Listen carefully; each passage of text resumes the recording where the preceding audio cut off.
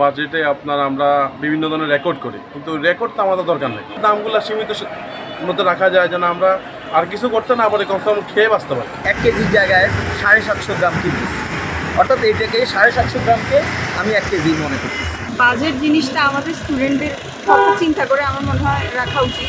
কারণ দেখা যাচ্ছে আমরা মা বাবা থেকে দূরে থাকি, ভার্সিটিতে পড়াশোনা করছি, তো আমাদের মান্থলি একটা কস্ট থাকে যেটা হচ্ছে বাসা থেকে দিয়ে দেয়, তো আমরা ওইটার মধ্যেই চলতে হয়। সো বাজেটটা যদি আমাদের ধরাছোঁয়ার বাইরে হয়ে যায়, সেক্ষেত্রে আমাদের জিনিসপত্র খাওয়া দাওয়া সব মিলেই হচ্ছে একটা সমস্যার সৃষ্টি হয়। তো সেক্ষেত্রে স্টুডেন্টের কথা মাথায় রেখে বাজেটটা দেওয়া উচিত। এর আগের বছর আমরা দেখছি যে বাজেটে আমরা বিভিন্ন ধরনের রেকর্ড করি, কিন্তু রেকর্ড তো আমাদের দরকার নেই। আমরা যদি মধ্যবিত্ত ফ্যামিলি এবং নিম্নবিত্ত ফ্যামিলির মানুষের যদি খেয়ে বাঁচতে পারি, তাহলে বাজেট আমাদের জন্য শক্তিশালী বা ভালো কিছু নিয়ে আসবে। আগে একটা কথা ছিল যে আমরা মাছে ভাতে বাঙালি, এখন তো আমরা মনে করেন বাজারে গিয়ে মাছই কিনতে পারি না। পাঙ্গাস মাছের দাম হচ্ছে 250 টাকা, তেলাপিয়া মাছের দাম 300 টাকা। আগে বলছে, একটা সময় বলছে যে বেশি করে আলু খান, ভাতের উপর চাপ কমান। এখন আলুর কেজি হচ্ছে 60 টাকা, তো আমরা খাবো কি? তা যারা সমাজ পরিচালনা করে তাদের কাছে আমাদের দাবি থাকবে আসন্ন অর্থ বছরে যেন কমসে কম আমরা সব কিছুর দাম, যেমন আলু, যেগুলো আমার নিত্য প্রয়োজনীয় জিনিসপত্র আছে, আলু, ডাল, চাল, এগুলোর দামগুলো সীমিত মধ্যে রাখা যায় যেন আমরা আর কিছু করতে না পারি, কমসে কম খেয়ে বাঁচতে পারি। আমরা যেহেতু শিক্ষার্থী, আমাদের এরকম আর্টের ম্যাটেরিয়ালস কিনতে কিন্তু খুবই টাকার দরকার হয়। আর যেভাবে দাম বাড়ছে, তো অনেকে হয়তো কিনতে পারছে না, আর কেনার দরকার হলেও সেটা কেনাটাও হয়ে হচ্ছে না। বাজেটে বাড়ানো আসলে খুব দরকার। 1 কেজির জায়গায় 750 গ্রাম কিনতেছি, অর্থাৎ এইটাকে 750 গ্রামকে আমি 1 কেজি মনে করতেছি। তাহলে আমাকে কস্টটাকে কমাই ফেলতেছি, এটাই করতেছি। বেশি কিছু চাইলে তো পাই না, আমরা মোটামুটির মাধ্যমে বেঁচে আছি। তারপরে এখন আমাদের এই বেতনের সাথে কিন্তু আমাদের চলার মধ্যে চলতে পারি না, আমরা অনেক আমাদের কষ্ট হয়।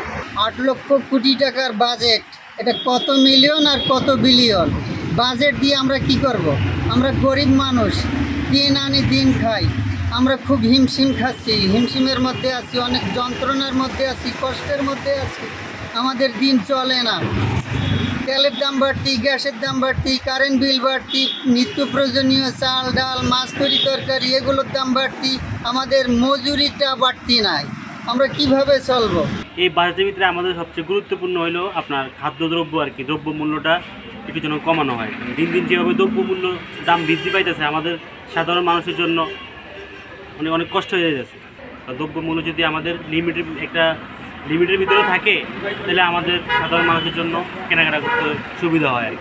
আসলে আসন্ন বাজারের যে অবস্থা দেখতেছি, ভবিষ্যতে বাজার দেখলে আমরা নিজেরাই দেখতেছি যে সামনে বাজার কীরকম হবে। আমাদের মেন হচ্ছে যে আমাদের খাদ্যদ্রব্য, যেগুলো আমরা নিত্য প্রয়োজনীয় খাওয়া দাওয়ার জন্য আমাদের ব্যবহার, এগুলো যাতে বাজেটের মাধ্যমে যাতে আমরা মধ্যবিত্ত বা যারা আছি তাদের যাতে নিয়ন্ত্রণে আসি। তারপর আছে আমাদের চাল ডাল, তারপর তৈল, আলু, সব কিছু যাতে বাজেটের মাধ্যমে যাতে আমাদের মধ্যবিত্ত নিয়ন্ত্রণে আনা যায়, এই জন্য সরকারের যাতে এই ব্যবস্থা না হয়, এই জন্য আমরা আবেদন জানাইতেছি। আমরা চাই যে বাজেটে নিত্য প্রয়োজনীয় জিনিসগুলোর দাম যেন কমে, তাহলে গরিব মানুষ মোটামুটি খেয়ে পরে বাঁচতে পারবে। এখন তো গরিব মানুষের অবস্থা খুবই খারাপ, কারণ যারা দিনমজুর তারা 500 টাকা ইনকাম করে, কিন্তু বাসায় যাওয়ার সময় 2 কেজি চাউল আর ডাউল কিনলে তার টাকা শেষ। মাছ কিনলে খাবে করতে গিয়ে। আমার একটাই অনুরোধ বাংলাদেশের জননেত্রী শেখ হাসিনার কাছে, যেন সে গরিব মানুষদেরকে খেয়ে পরে বাঁচতে পারে সেই ব্যবস্থা যেন করে দেয়।